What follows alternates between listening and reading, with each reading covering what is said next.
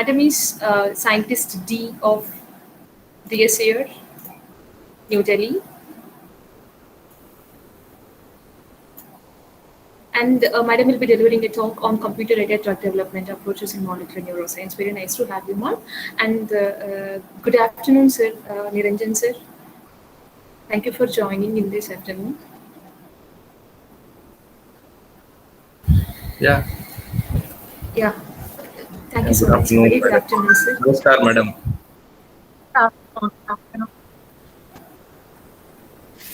Sir, I request you to give a small welcome note to Chitra Gavman, sir. So, Madam is a scientist here. Yeah, sure. And, yes. Namaste, everyone, and good afternoon. On behalf of Seven Hills College of Pharmacy, Tirupati, Andhra Pradesh, I am welcoming you all for this fifth session. Session presenter, respected Dr. Tripta Garu, Scientist D, DSIR, Ministry of Science and Technology, New Delhi. You are welcome, madam. The topic is computer-aided drug development approaches in molecular neurosciences. With this short welcoming note, thank you, one and all. Over to Dr. Sucharita, madam, for further proceedings. Thank you so much, sir. Thank you for joining on this session. Thank you. And to give an honorary introduction regarding Dr. Chitra Gautam, I request my colleague, Dr. B. Jyoti, madam, for the honorary introduction. Madam, kindly go with the proceedings.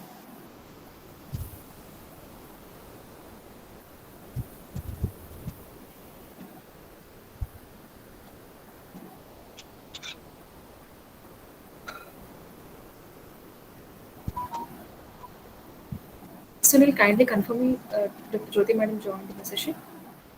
Ma'am was there, ma'am.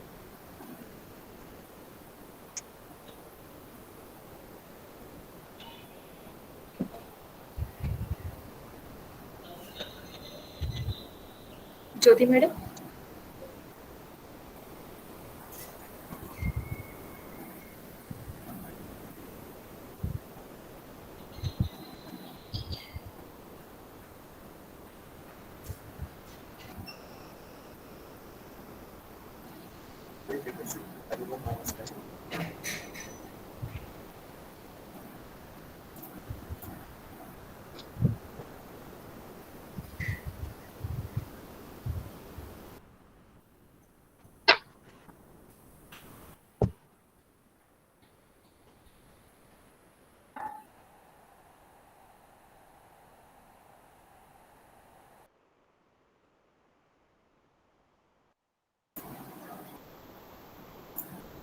Sorry for the 2 minutes delay, ma'am. My colleague is having some technical issue. Sorry. She's rejoining again.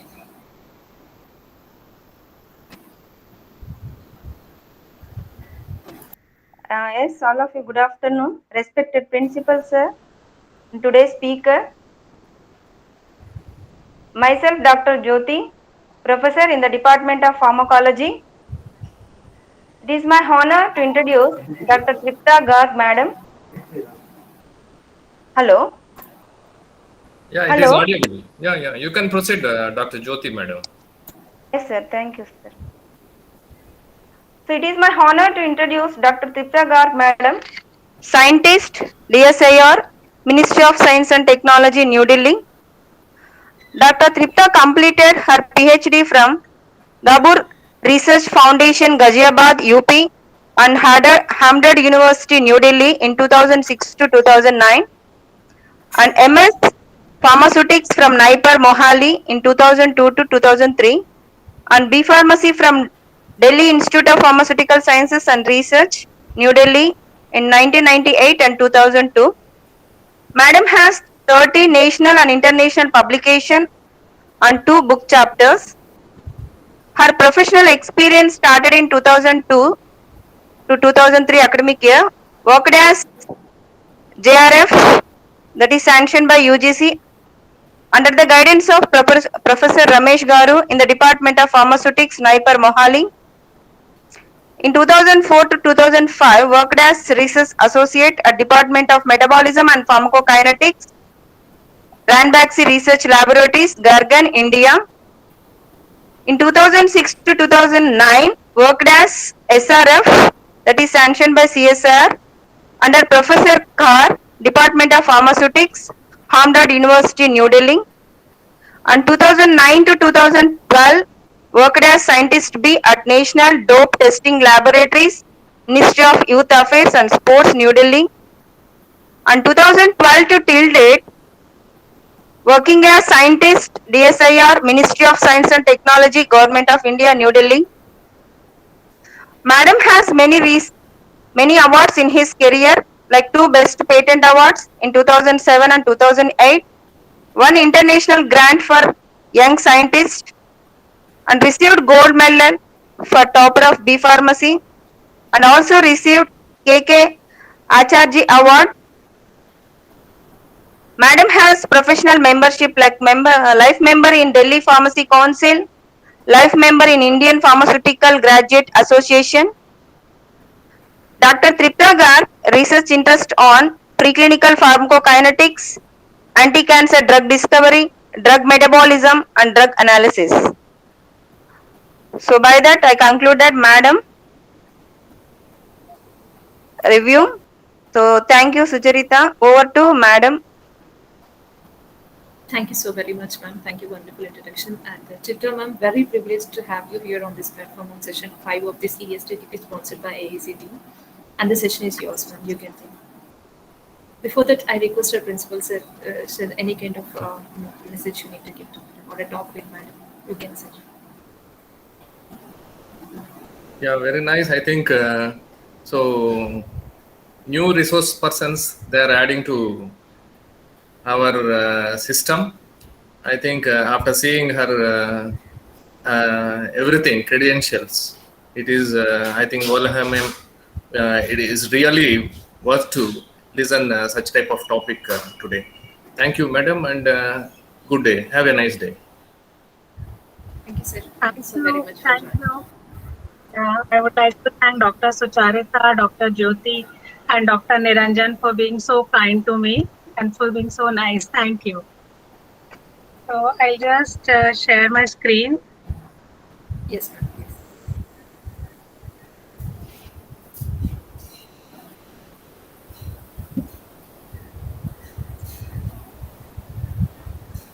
Yeah, is it visible? Yes, Now ma'am. it is visible, madam. Yeah. So, good afternoon to all of you. And the topic for today's presentation is computer-aided drug development approaches in molecular neuroscience. So practically, I have worked in preclinical drug discovery, particularly in metabolism and pharmacokinetics. And so initial part of my talk would be more towards, can you see the next slide? Can you hear me? Yes, ma'am, we can hear you, but slides are not moving. Slides are not moving. It was freezed. Yeah, it was freezed, ma'am.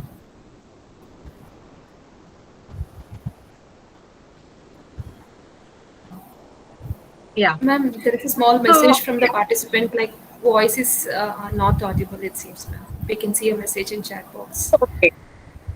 Okay. Is it audible now? Yeah, it is audible and slides also Yes, visible, madam. Yes, ma'am. Perfect. So, yeah. So today I would be sharing my thoughts on what is a drug discovery process, how it is done in an industry, and briefly touching upon the difference between the traditional drug discovery and the modern drug discovery. Then what is CAD? What is actually CAD is? What is its relevance in neuroscience? Then what are the components of CAD, approaches in CAD, some virtual screening examples, some structure-based drug design, what are the approaches used in it, then the ligand-based drug design, what are the approaches used in it, and then few of the live examples from my in silico ADMET experience, past experience, I would like to share that, and few success stories of CAD in neuroscience. I hope I am audible and also the screens are visible now. Yes, ma'am. Everything is all right, ma'am. Please go ahead. Fine, fine. Please let me know if there is any problem. Sure.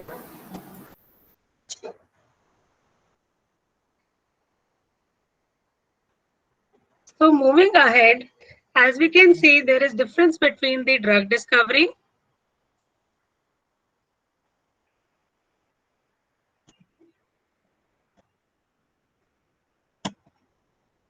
There is difference between the traditional drug discovery and the modern drug discovery.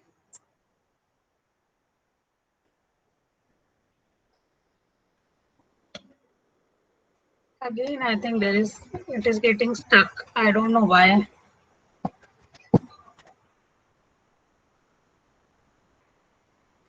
Just a second. It's not moving.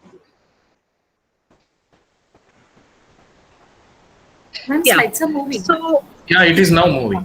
okay, fine. So I would like to hear little bit from the audience only.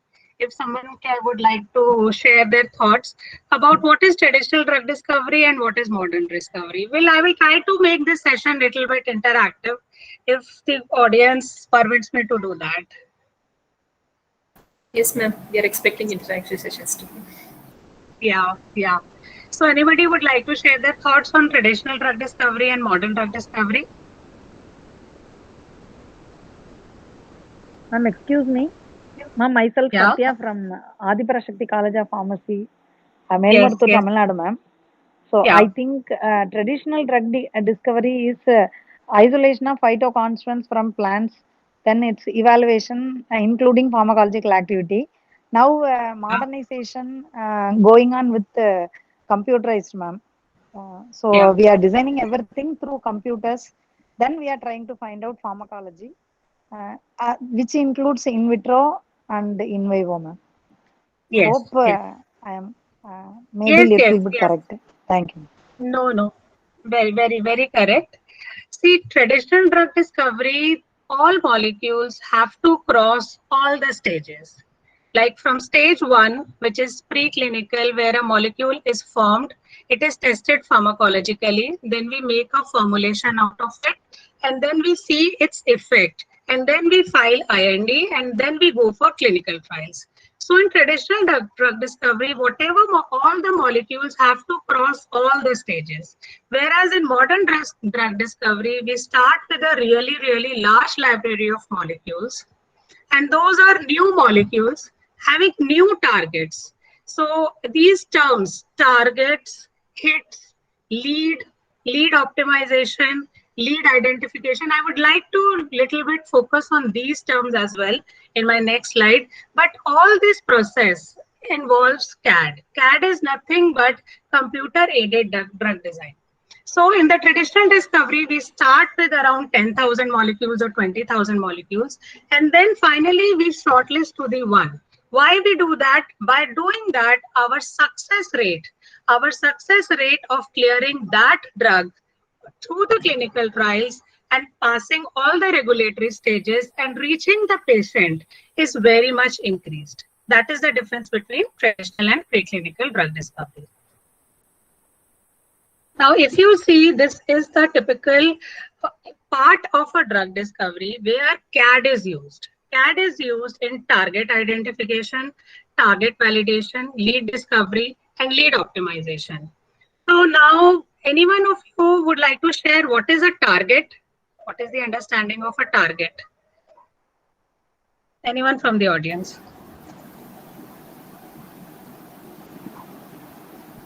Might be a protein or an amino acid. Yeah.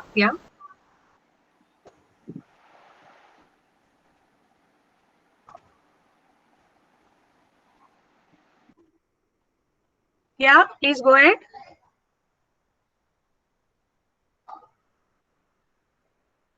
Madam, we can see some messages in chat box. Shashikala Madam is responding that it is a receptor, and Pranavesh sir is responding as it's an active site in the enzyme. The two responses. Fine. Good. Yeah. Target is something which is involved with the disease. It is something to do with the disease. It can be an enzyme. It can be a receptor. It can be a nucleic acid. It can be anything, but it is something with which we identify the disease. Okay, that is a target. So we need to do target identification first. That is the first step of CAD. So how do we do the target identification? We use various pharmacological models to see which are the potential targets, which are causing symptoms for that disease, which are the cause of that disease. And then we validate that target by using different processes, like different first in silico is there, then in vitro, then in vivo. So we try to validate that target. Now next is the hit. What is a hit? Anyone would like to share?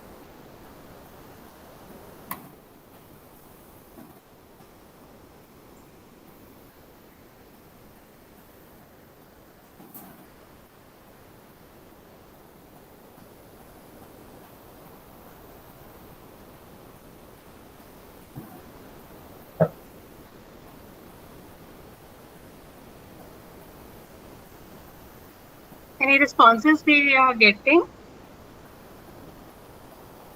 Yes, ma'am. Yeah. Dr. Shanmuga Kumar sir is replying. You can see the chat box. Yeah, I can see that. Okay. Yeah, as it has been mentioned, hit is something which is to do with drug. Both hit and leads.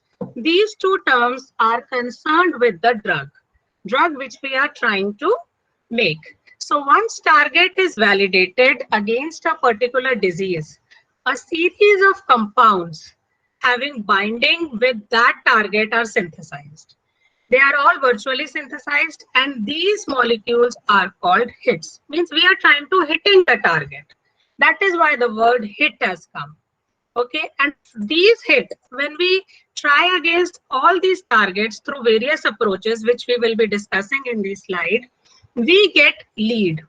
So lead is identified after the targets which are active against the disease. So those which are having poor ADME properties or the poor absorption, distribution, metabolism, excretion, poor pharmacokinetic properties, they are discarded. And those compounds which have desirable pharmacokinetics are identified. So let me stress on this point is pharmacokinetics play a very important role in the drug discovery. There are many compounds which are available, which are highly active against the target. But what do we do with those compounds when they don't enter the body? When they are not absorbed in it, when they cannot reach the site of action? So ADME is plays a very much more important role because final shortlisting is done by the desirable pharmacokinetic properties. So when we identify a lead is something which is having good pharmacological activity and a desirable pharmacokinetic activity. But it is not the ideal. It is not the ideal drug. We have not reached that stage. It is like identifying a lead is like we have found the tip of the iceberg.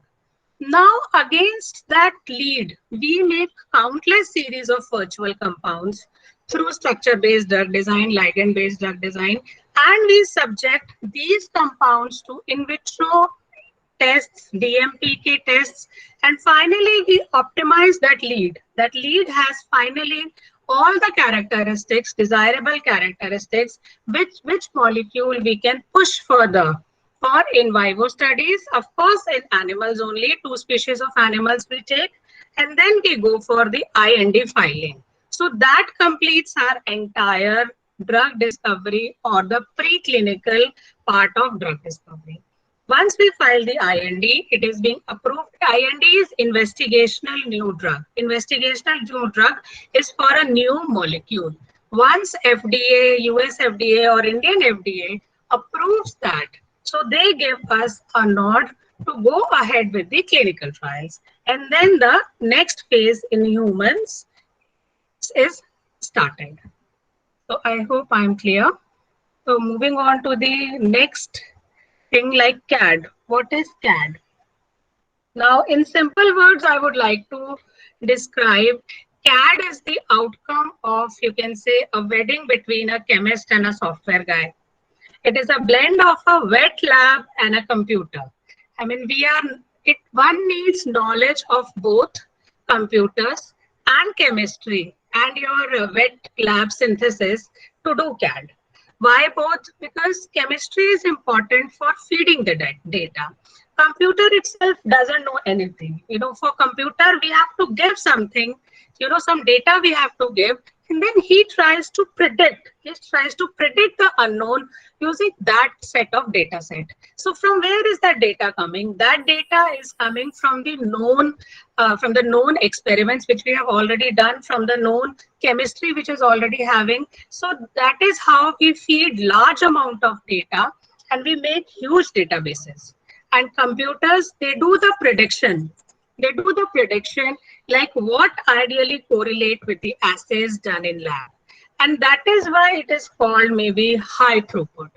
High throughput because we put more and more number of molecules and we get the result in less and less amount of time. So CAD includes different computational approaches used to simulate interactions between receptor and drugs in order to determine the binding affinities.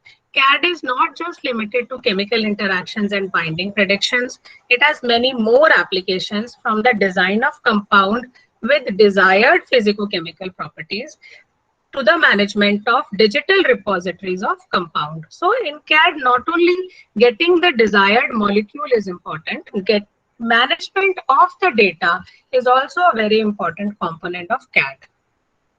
Now, why CAD is important in neuroscience? As we all know, we know very, very less about our brain. 99% of our brain is still unconquered. We don't know. It is so complex. That is why CAD is important, because it helps in identifying these challenges and breaking these challenges. So identifying novel potential drugs is difficult using traditional approaches because it is long, it is time taking. And then to rationally design the potent therapeutics with multi-targeting effects, higher efficacy, fewer side effects in terms of toxicity, we need CAD, particularly in neuroscience. Now, what all CAD involves? So the first and foremost component of CAD is virtual screening. It helps in screening the large libraries of compounds virtually. How do they do that? What are the principles used? What are the approaches used? It is structure-based drug design primarily and ligand-based drug design. And structure-based drug design is done through molecular docking dynamics. Ligand-based drug design is done through pharmacophore modeling and QSAR. Through both these two approaches, we get the lead, as I have already discussed. Lead is optimized, and finally, we get the drug candidate. So it is the molecular dynamics. It is about virtual screening. It is about SAR, molecular docking, molecular modeling. Each one of these we would be discussing in detail one by one. First of all, virtual screening. So virtual screening, as I have already discussed, in virtual screening, we don't synthesize, we don't do the actual synthesis. That is the main advantage of virtual screening. We get away with the real synthesis. It is only virtually we are synthesizing the compounds, huge libraries of compounds we synthesize. And on what basis? We just make molecular structures based on our chemistry knowledge, and we see the binding affinities. That is what we do in the virtual screening. So the virtual database helps us to screen and find, like, these are the molecules of our interest. And virtual screening can be both structure-based, it can be both ligand-based, depending upon the requirement, because each approach has its own pros and cons. So virtual screening, it enables us to rapid, cost-effective evaluation of a huge virtual compound database to screen for effective leads.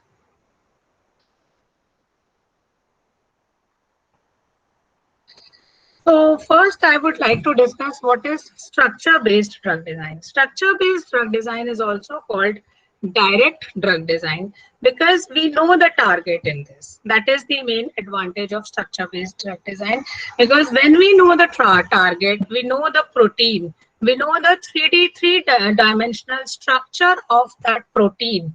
Against we have to design the molecule, so it becomes relatively easy for us.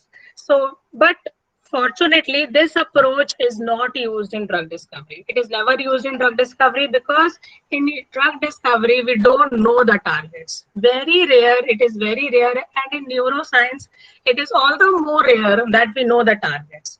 We are still trying to figure out which enzymes, which hormones, which receptors, which nucleic acids are responsible for causing various neuro diseases. We are still hunting that. So, but still in the structure-based drug design, the main initial step is identification of target and determination of the structure. When we know these two, we make huge libraries of molecules around that target, and we try to see the binding affinities. And on basis of that binding affinities, we shortlist or we do the initial screening of the compounds. So recently, tremendous advancements have been made in this field due to the availability of protein data bank. So suddenly there is lot of, because this is a time of data sharing. This is a time of where everyone, open softwares are available. So there is no dearth of data. Everyone is sharing data, and in fact, we have extra data now. But someone needs, like this protein data bank, it's an archive of around 12,000 macromolecules. And every week there are 50 new structures being added to it. But what is needed is how to make best use of that data. That is what is required. So moving on to the structural targets. Now the structural targets in the structure-based drug design are determined by cryo-electron microscopy, X-ray crystallography, and NMR.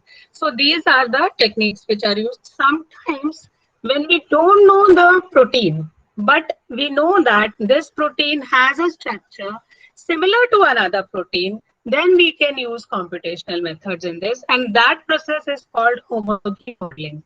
As you all know, the word itself, homology, it is derived from the word homologous. What it means? Similar. So similar modeling, we are looking for proteins which are similar to our protein of interest, and through those proteins, we try to generate our molecules and we try to screen our molecules. Again, this is of very limited use in neuroscience.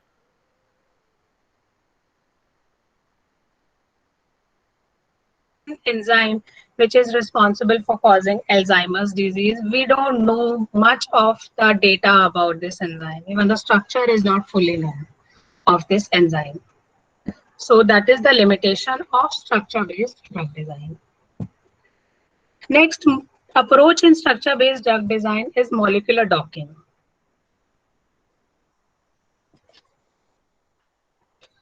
So in molecular docking, again, it is stop working.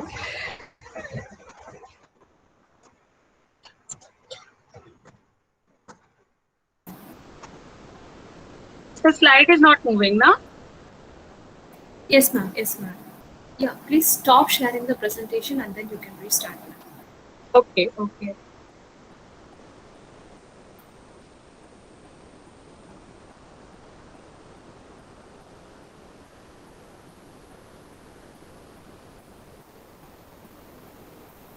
Let's stop sharing and share it again.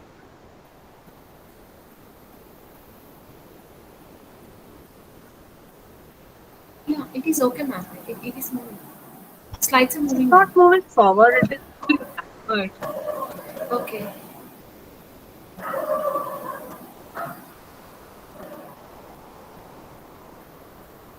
Yeah, now it is fine. The second approach used in structure-based drug design is molecular docking. So as the word suggests, molecular docking, there is a target in it and there is a ligand in it. So what we do is we try to see which ligand has the best affinity to the target. So that is the main purpose of it. So virtual screening approach is used to predict receptor ligand binding sites. Basically, this approach is used to find what are the binding sites in the protein. So we rapidly predict the binding modes and affinities of small molecules against their target molecules. So major goal of molecular docking is to identify ligands that bind most favorably within the receptor binding sites and to determine its most energetically favored binding orientation. So it's not like something is binding, but something is binding, then it also has to, make that that entity has to be made stable. If it is not stable, then it is not used, then it is not of use to us. And when we say it is stable, it has to be like thermodynamically stable. The energy exchange processes which are taking place in that conformation, that pose has to be really stable. That is what we have to see in this molecular docking. So how is the docking done? Docking is done. There are three ways of doing the docking. First, we need for this is a protein structure. A protein structure is needed, and then we need a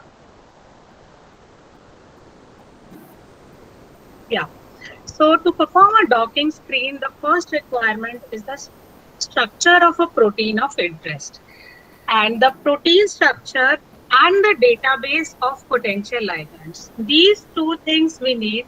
We put them in a docking program, and then we'll see how is our library of molecules behaving in that program. So there are three types of docking: rigid docking, flexible docking, and flexible ligand docking. Am I audible? Yes, ma'am. Perfect. Yeah. So in the rigid docking, both target and ligands are treated as rigid entities. In flexible docking, both ligand and target are considered to be flexible. Whereas in a flexible ligand docking, the ligand is considered to be flexible, but the target is considered to be rigid. So the main components of a docking they are the search algorithm and the scoring function. Now I hope I'm clear with the docking, and these three are the simple, they describe the simple what are the types of affinities between a ligand and a protein. So basically we use two parameters or two variables to describe this kind of interaction. It is the search algorithm and it is the scoring function. So what is search algorithm? Search algorithm is nothing but it is responsible for searching different poses and conformation of a ligand within a given target protein. So whether how the drug is interacting with the protein, that is the responsibility of a search algorithm. And a scoring function, it goes one step ahead. It shows like what is the binding affinity, then it ranks the binding affinity. How much is the binding? It is 1, it is greater than 1, it is 2, it is 4, it is 5. And then it also tries to identify the poses, the most favorable pose of that receptor and ligand binding. So both search algorithm and scoring function have different uses. Search algorithm is basically fast and effective. We can screen large libraries in short time because it only will tell you whether there is binding or not, whether it is attaching, ligand is attaching to the protein or not. Whereas the scoring function helps in that fine tuning. It helps in determining the physicochemical properties of the molecules and the thermodynamic interactions.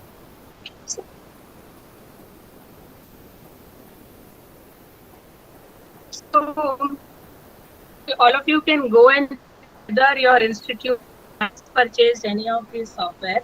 If not, I would suggest you to go to any of these freely available software and you can make your own library and then try it out, whether how it works, what are the parameters it shows. I mean, those kind of things you can go and try it out. All the they are available. Everything is available in that notes part of the software. You can just read through it, go and try your hands on it.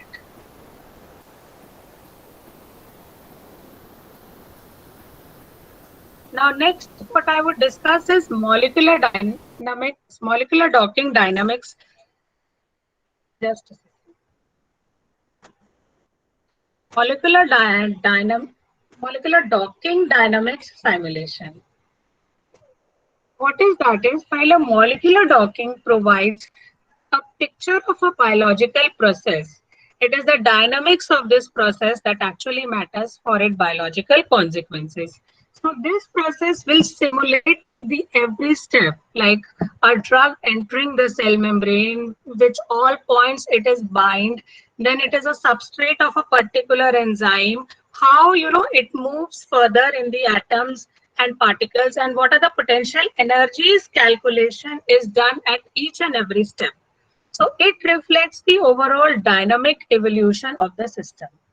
So it is one step further to molecular docking, and since it requires a collection of data at every point, at every binding site, and at every stage. It requires huge amount of data usage. It requires huge amount of time, and we really need very, very high-end graphics processor if we have to process this kind of data. So has anyone used any of these softwares? Molecular docking softwares? I would like to hear from the audience or in the college.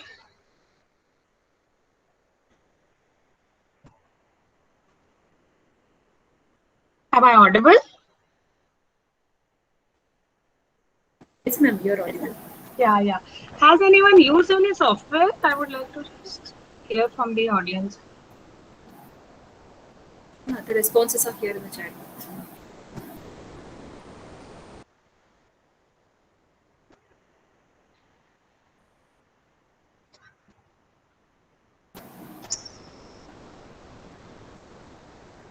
Okay.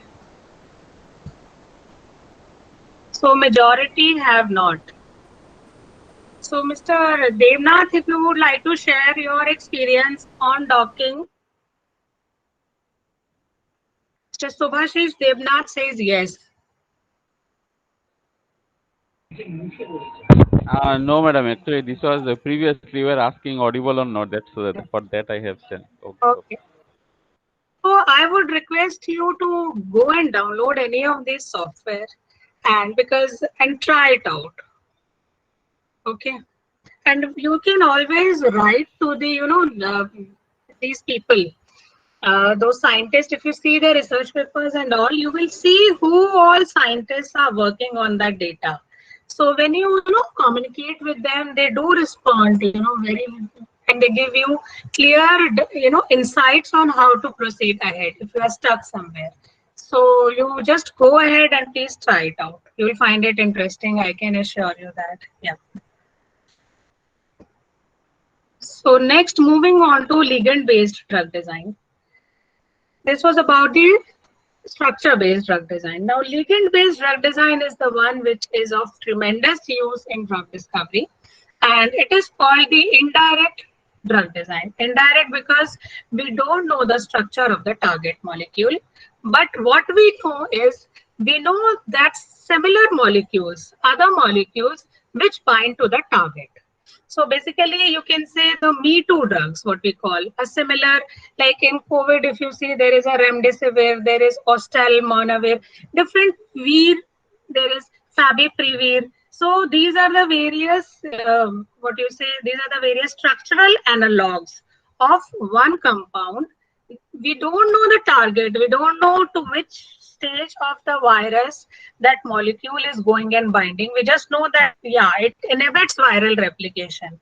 But we know that a molecule, if it has this structure, then if it has this basic structure, then it has activity against that target. So this approach is widely used in pharmaceutical research because more than 50% of the approved drugs targeting membranes for which 3D structures are not known. GPCR, as we all know, G protein coupled receptors, they are involved in so many diseases of neuroscience. But we know very little knowledge, we have very little knowledge about structures of these proteins. So it is based on the assumption that compounds with similar structural features, they have common biological activities and they can interact or inhibit those common target molecules. So what we do is we identify the what we say, the portions of that, we call that molecular descriptors. We identify the molecular descriptors in that molecule, and we give them numerical values to represent their structural and physical properties. So as a result, we are able to generate structural and physical new molecules which have desired structural and physical properties. I would share this in detail with one or two examples. So I hope then it would be more clear. Now, two approaches which are used in ligand-based drug design is, first is QSAR, that is quantitative structure activity relationship, where there is correlation between the structure and the biological property. And another is the pharmacophore modeling, which is actually the minimum structural configuration a molecule should possess. It is the minimum structural requirement a molecule should have. So each one we will be discussing in detail. First is QSAR. So in QSAR is based on the belief that molecular structures are directly associated with biological activities. So we can say that if a compound has this structure, it will have this activity. So we alter molecular structure, and hence the biological activities are also altered. So like using this approach, we make a series of lead compounds. Like we change the methyl group. In place of methyl, we place butyl, propyl, you know, all those kind of small changes we try to do in that molecule, and we try to screen that molecule and see whether it is still binding that target. And we always, what we do is we compare that test molecule with our known standard. That is the practice which is followed. So it is the relative which we find to activity which we are trying to assess. So using this kind of, you know, when we have screened several compounds, we try to make a model, and we try to predict the quantitative relation between that structure and that physicochemical property. And then we optimize our compounds, and then so that we have the maximum desired biological activity. So basically it is, I know it is hit and trial, but with logic, with scientific aptitude, based on a scientific knowledge. Simply we cannot do hit and trial. Yeah, one of the component is hit and trial, but then those decisions have to be taken with scientific aptitude. So this approach has been found to be really useful in developing some potent anti-Alzheimer agents in drug discovery, where we have been able to generate new analogs, just like I discussed the example of remdesivir. Remdesivir was never, it was tried for some other antiviral disease, and luckily we found it to be active against COVID, and then it was being used for this as well. So similarly, it helps, you know, this kind of drug discovery is done through QSAR. Next, I would like to discuss is pharmacophore modeling. So in pharmacophore modeling, what is there is we call a pharmacophore. Pharmacophore is nothing, but it is a part of a molecule, part of the full molecule, which has the real connection between the target. So if we cannot change that part, okay, that functional group we cannot change. So rather we give it to that part, we give some abstract description, because even we are not sure sometimes what is, since we don't know the structure of protein, we don't know what is actually going and binding that protein. So we try to give some abstract description to that molecular groups, and we try to create more molecules by playing around that pharmacophore. So pharmacophore modeling provides an efficient means of rapidly screening huge databases of compounds. So it has various advantages, like drug targets with unknown active site geometries have been identified with the help of pharmacophore modeling, because we don't know the targets, but we are still able to identify some molecules which are active against those targets, even though we don't know the targets. And to refine a shared pharmacophore feature, information regarding inactive compounds can be included in the model generation process. So these are the various examples of pharmacophore modeling: phase, catalyst, discovery studio, MOE, ligand scout. If you want, one can go and Google it up and see what are the further details on it if you are really working in this area. I would like to share a practical example because my work has been related to P-glycoproteins. So this I would like to share something from my experience only. P-glycoproteins, they are the transporters which are present everywhere in the body. They are present in brain, they are present in the intestine, they are present in kidney, they are present in liver. What is their function? Their function is to throw the drugs out of the body. That is what they do. Basically, they prevent the toxicity. One good thing is that they prevent the toxicity, they reduce the side effects. But the flip side of it is the drug is not active, because if a drug is PGP substrate, it is thrown out of the body and it doesn't cause any effect. It is not able to produce any effect. So one of the method of increasing bioavailability of a drug is by administration of P-glycoprotein inhibitors. They block these transporters, and then as a result, a drug is absorbed. So the low permeability drugs are generally the P-glycoprotein substrates. So what we did is, in anti-cancer, particularly in anti-cancer, there are a lot of drugs which are P-glycoprotein substrates, and these are the molecular descriptors which we found after screening a large number of compounds which were synthesized in Ranbaxy Drug Discovery Lab, which was synthesized in Dabur's Drug Discovery Lab.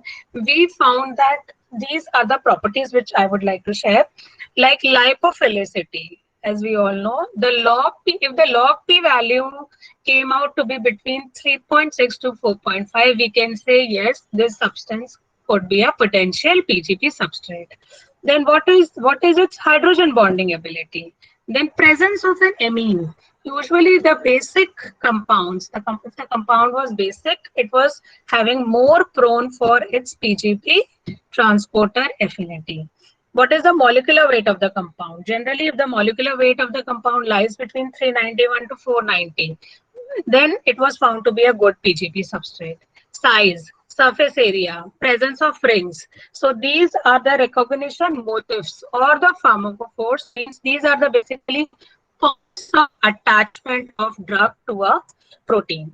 So this is something. On the basis of that, what we could do is, we had that huge library of compounds, and we could divide them into three, which were PGP substrates, which were non-substrates, and which were inducers of the PGP substrates. So this is like hydrogen bond acceptors are more important than hydrogen bond donors, and the strength of acceptors was also important. Just like we were discussing in the docking, it is not only the binding, it is the strength, how strong is the bind, and overall surface area. So that is how we proceed. So, and you can take any unknown target, try to make a library of it, and try to screen what are the factors which are affecting it.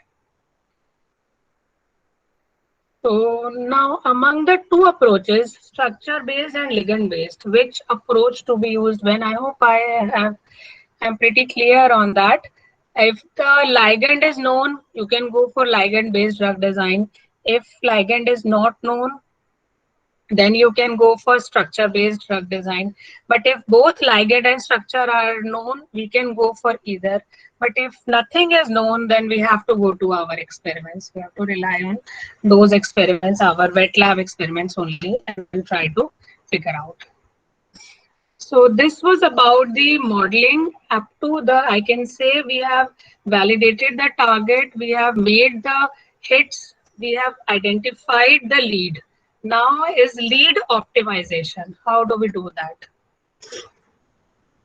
So the lead optimization is done through various ADME models, absorption distribution, metabolism, excretion, and toxicity models. So they are all in silico approaches. So first is solubility prediction. So we know in pharmaceutics, solubility and permeability. Entire pharmaceutics rely on these two pillars, solubility, permeability. So first thing is to do the prediction of the solubility, and next is to predict the permeability. Permeability is defined by log P, log P prediction. So there are many softwares available which do log P prediction for the compounds. Then even absorption, various in vitro models which are used are PAMPA, MDCK cell lines, CACO2 cell lines, which predict the HIA. HIA is nothing but human intestinal absorption. So we need to have highly permeable compounds. So we screen all these molecules for their absorption potential. Then for neuroscience, BBB, that is the blood-brain barrier penetration, is very, very important. We cannot just overlook this when we are talking about neuroscience, because the drugs have to go to the central nervous system. So again, this is another parameter. Generally, if log P is good, if it is lipophilic, then it has the ability to cross the blood-brain barrier. Then third parameter, which is of very importance, is plasma protein binding, because as we are aware, many drug interactions do occur, and all our body, albumin is the main protein which is there. And so if drugs are binding to that protein and then releasing those releasing drug from those proteins later on, then we have to do those kind of optimization. And among metabolic enzymes, cytochrome P450 is most important, and in it the most important subtype is 3A4. CYP3A4 metabolism, that used to be a very big concern when we were screening the compounds. So if some compound was metabolized by CYP, then it was immediately, discarded. No, we cannot take this take this drug further. It is being immediately metabolized, or it has to be a pro-drug. Then only we used to take that drug, because if it is metabolized, then it is getting getting converted to an activated drug. Otherwise, we simply used to reject those drugs which were having high CYP3A4 metabolism.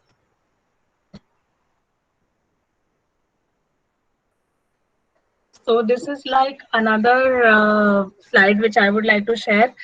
It shows NCEs is the term, like new chemical entities is the term which we used.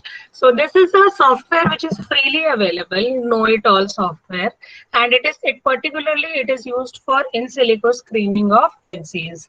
So this software helps in predicting the permeability coefficient, that is the PAP, of the compounds based on the chemical structure.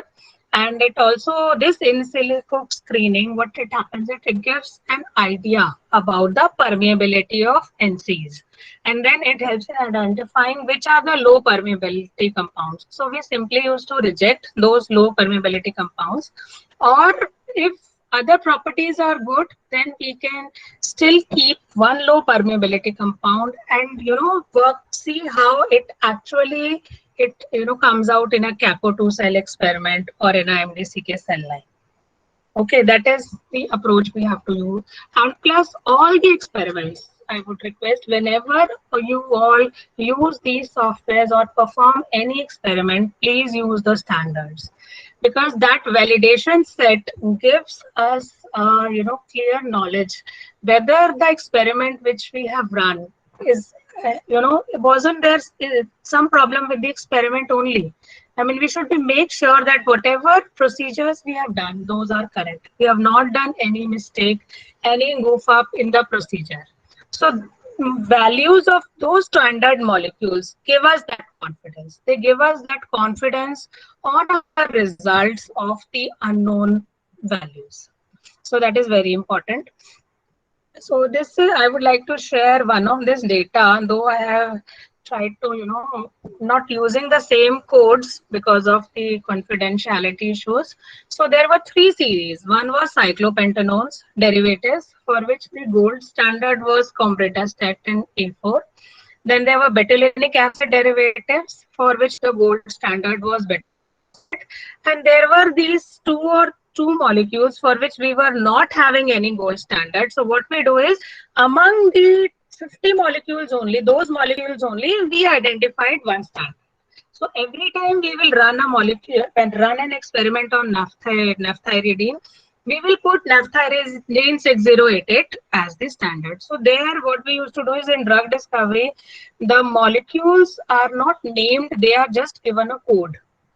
Okay, like Ranbaxy used to write RBX. Dabur will write Dabur Research Foundation DRF.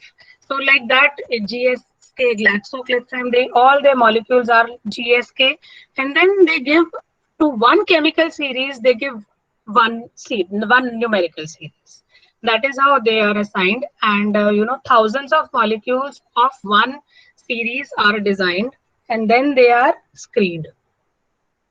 So these are the values which we get from the software, somewhat similar like these. So we can clearly see that 4012, 4015, 1098, and even betulinic acid, they are having the low permeability, whereas the naphthalene derivatives are also having low permeability. So we can see that if we are talking about PGP substrates, have low permeability. So these two categories can be PGP substrate, whereas combretaset and cyclopentanones, they cannot. And accordingly, we move forward. This is another slide I would like to share. These are the PAMPA results, and we thought, and we came out, we were really lucky in these set of experiments that our in silico results were matching with the in vitro experiments. So in PAMPA cell lines also, we got the similar results. They were having high permeability. In fact, the 6088 naphthyridines were also having high permeability, but main thing was betulinic acid was continuing to have low permeability.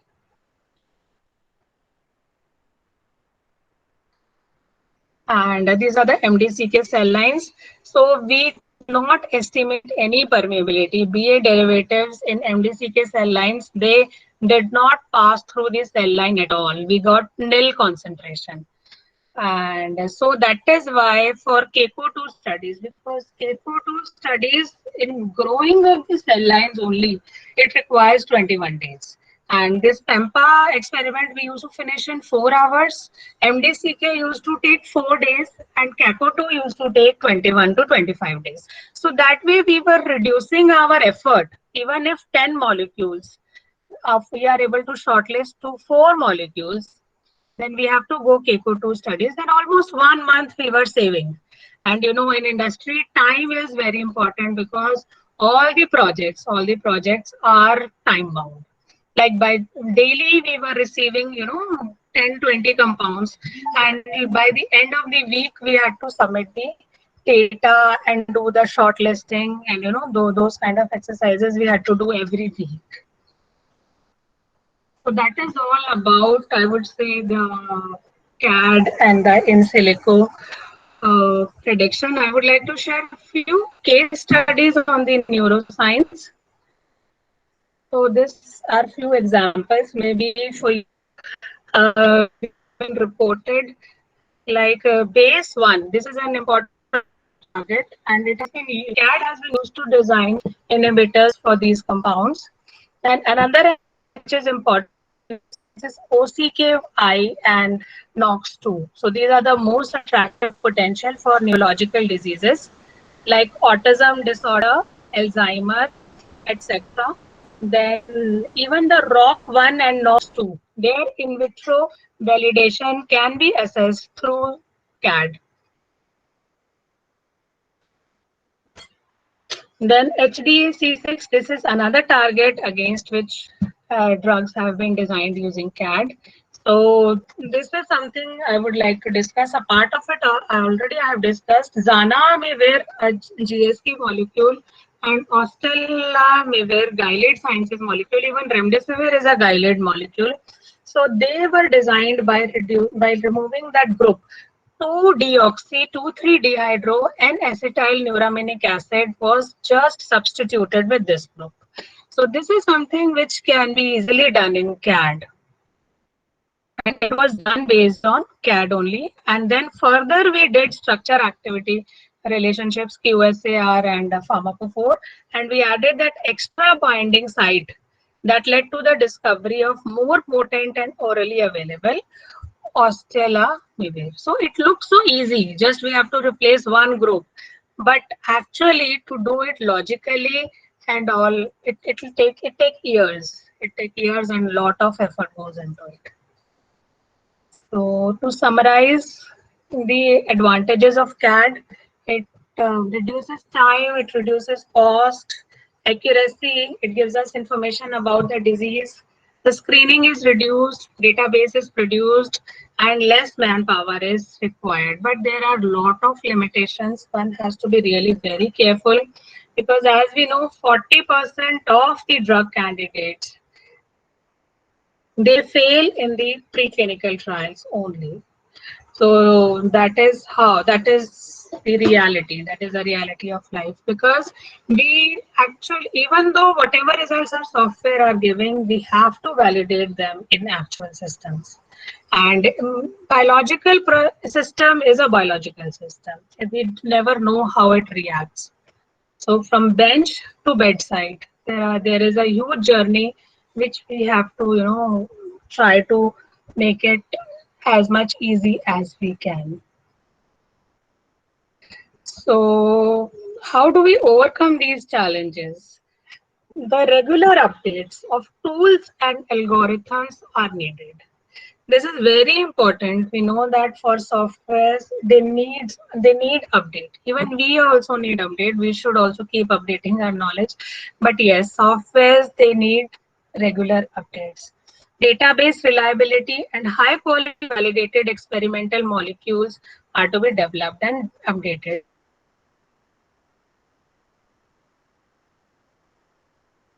Our data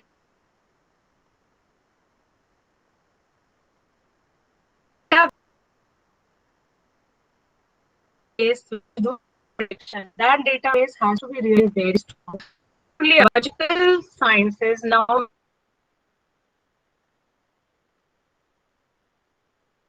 we are talking about neuroproteomics, neurogenomics. So these are the other areas which may help in neuronal alteration.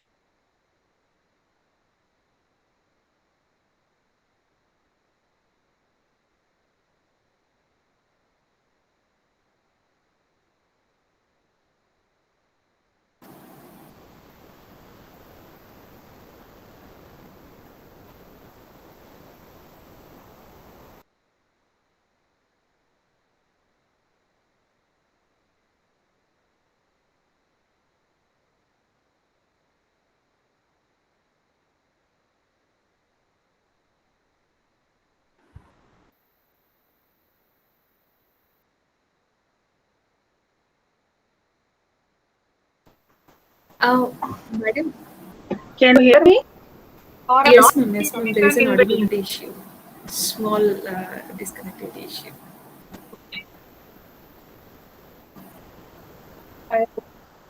If anything, I mean, particularly if anyone wants, I can definitely go back to the point where it is like someone Ma'am, it was in challenges, ma'am. talented. Yes, ma'am. Okay. So no issue.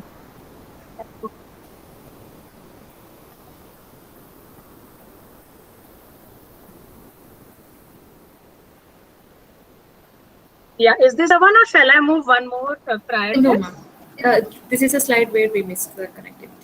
Okay, okay.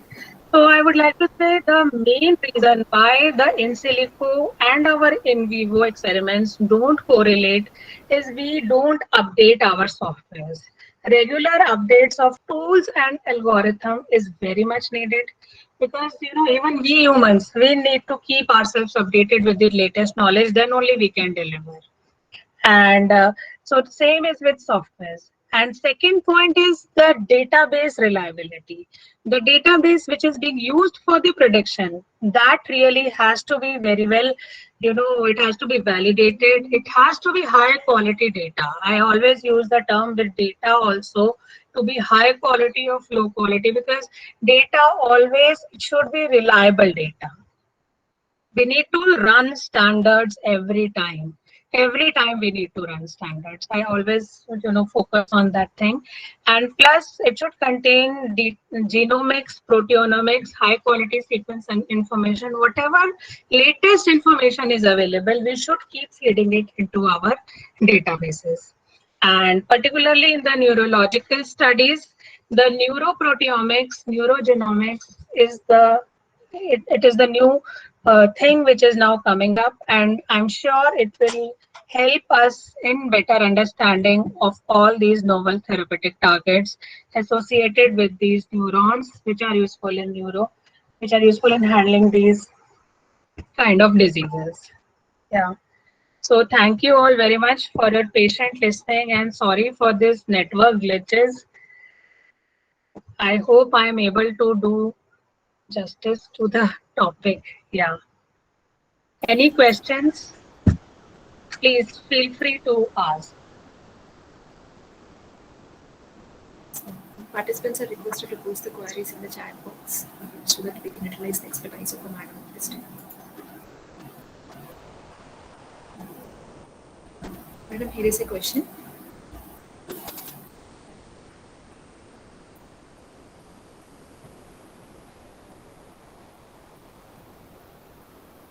Madam, am I audible?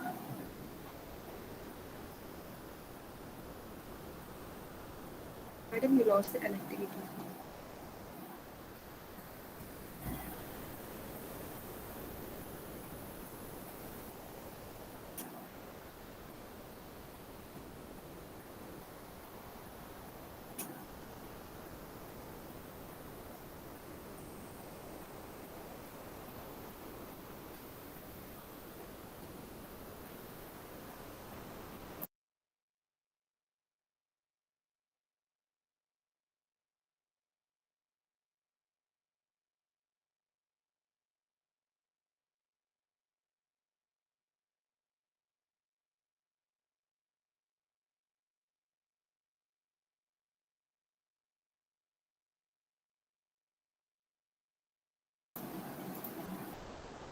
Yeah. Am I there now? Yes, ma'am. Yes. Can you hear me? Madam, we have it. Yeah, please. Yes, ma'am. Yeah. Can I have a question? I think it got disconnected. Yeah, please. Yes, ma'am. In the middle, it was disconnected. And Mr. Pranavesh Sridhar is asking it again. I need some examples for understanding of pharmacophore model.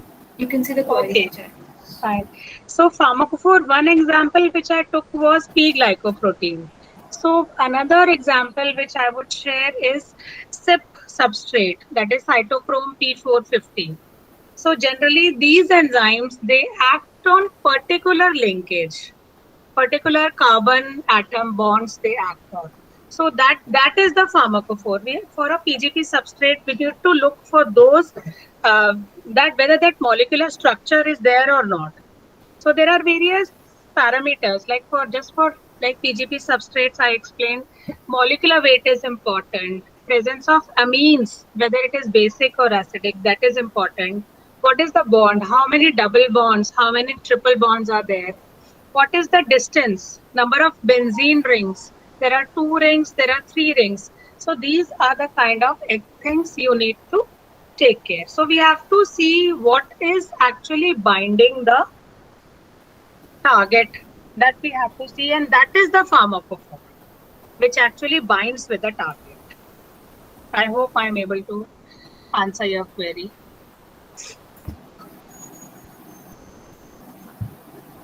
Any other question? No, ma'am, I couldn't find any question in the chat box.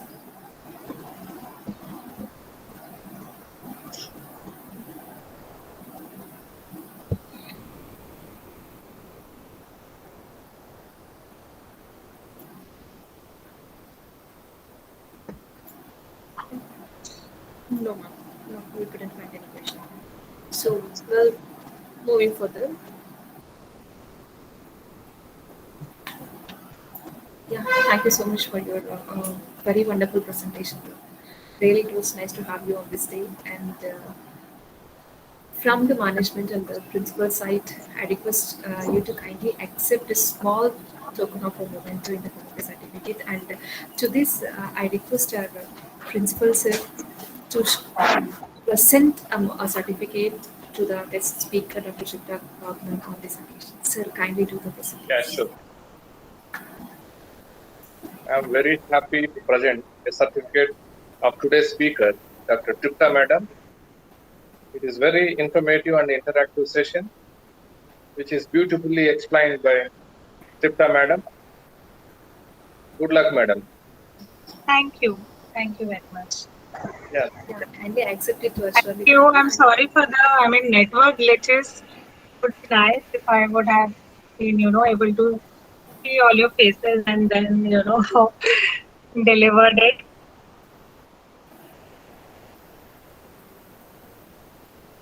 So, Madam, there is a connectivity issue. The voice is not audible.